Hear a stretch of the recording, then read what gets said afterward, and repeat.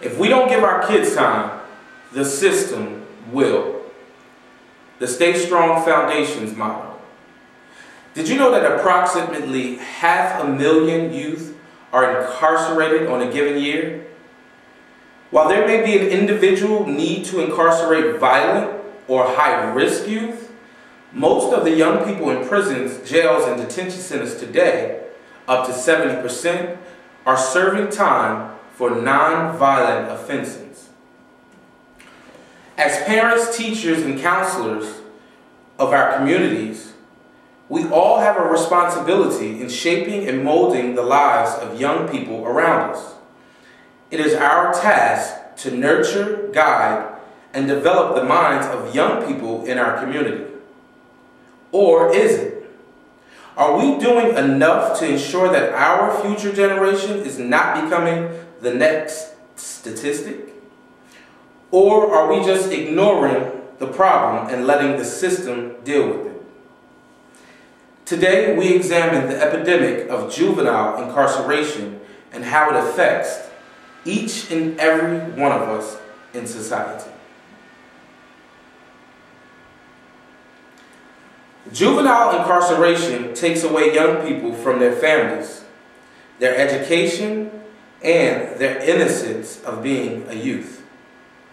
The harm done to the emotional, mental, and social development of incarcerated youth, combined with the separation of family and community, plus the congregation of other offenders, makes previous incarceration the leading indicator for repeat offense among young offenders.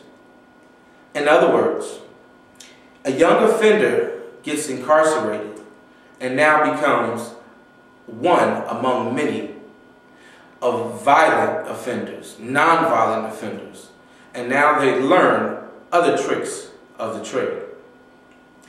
The causes of juvenile incarceration come from several factors, including but not limited to dysfunctional family structure, poverty, a longing for acceptance, and or the act of doing something rebellious for attention.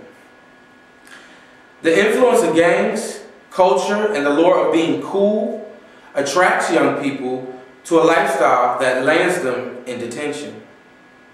Another major cause of incarceration is the undiagnosed depression that many youth face in silence.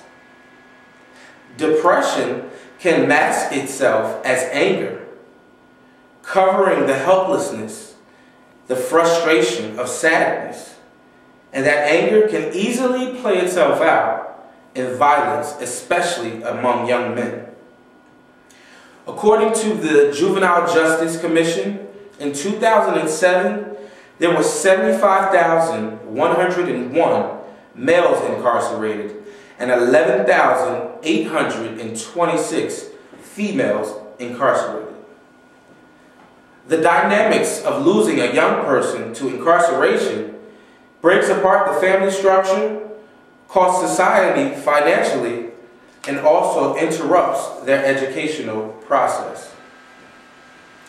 With the increasing numbers of youth being detained, it affects society as a whole because we lose future leaders and must rehabilitate the minds of the incarcerated youth in order for them to re-enter society.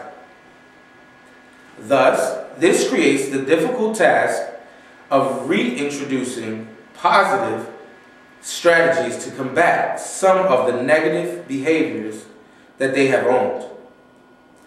Researchers have found that over-incarceration most impacts vulnerable, often minority populations, and that it destabilizes communities. For instance, in the state of Pennsylvania, it spends about $33,000 per year per prisoner, compared to about $4,000 per college student annually.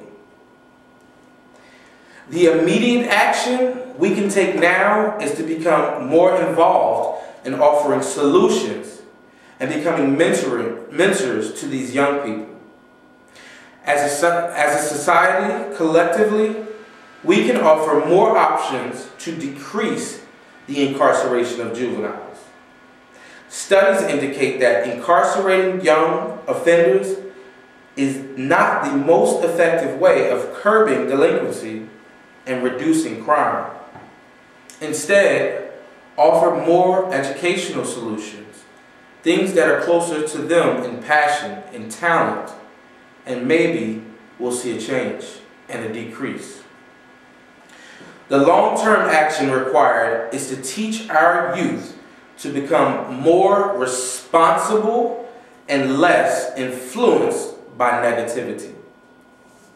Also, making them, in turn, teach their peers the dangers of juvenile detention. Through education, information, and consistency, this long-term goal will ultimately help communities, society, and our nation as a whole. Again, I say to you, if we don't give our kids time, the system will. Our youth need our time as teachers, as parents, as counselors, and as leaders. We must provide a better and more productive structure that will combat juvenile incarceration. We can either deal with the problem now or become a victim of it later.